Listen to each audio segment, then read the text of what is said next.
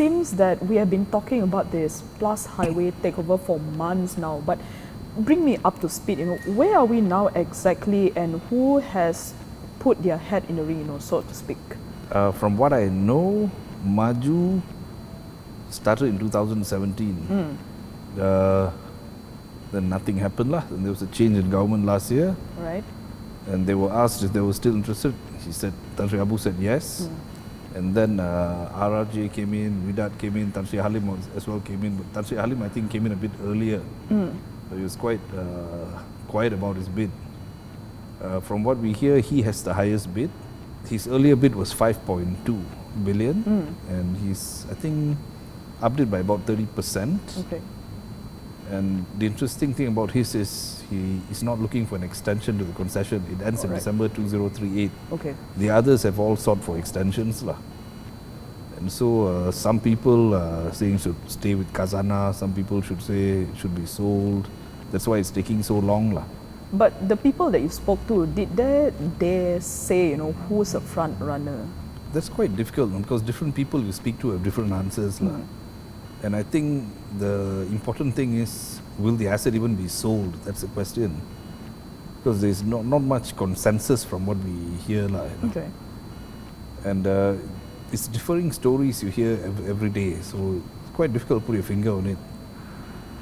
Like initially we heard there were guys who were opposing the MOF's takeover of Damansara, of Gamuda's highways. Correct, the 4 highways, right? Yeah, and now we hear there was no real opposition to that. So what is going on is very unclear actually.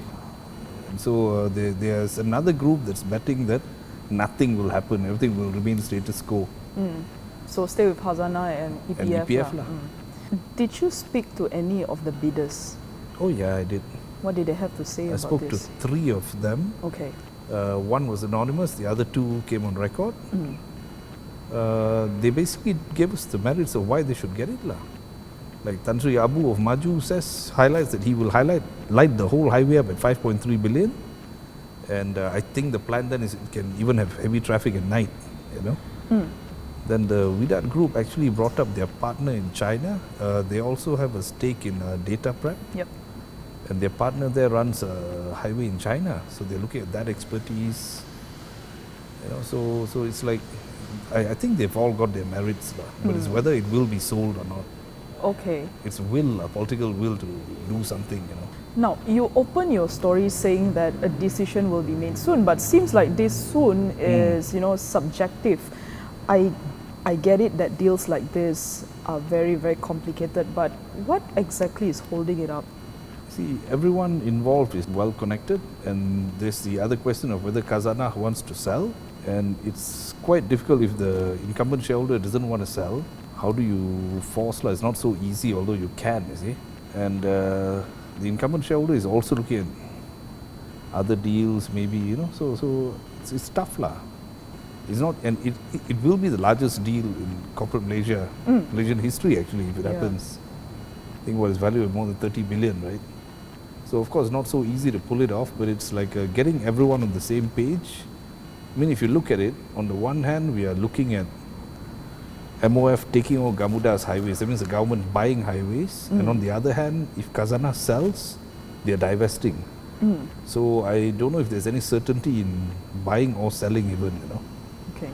So it's like, and there's supposed to be some meeting this week, but then when you speak to some ministers, guys, they say they are not sure of it. The minister is not around. But when you speak to people, they say it has to happen soon, Okay, okay. And I mean, the objective is to reduce the government debt, is one, and the other one is to reduce toll charges, Assuming it's sold later, right? Now, whoever wins in the end, what will they inherit? Because we know about Plus's losses. So, actually, Plus has justified its losses, but the thing is, it's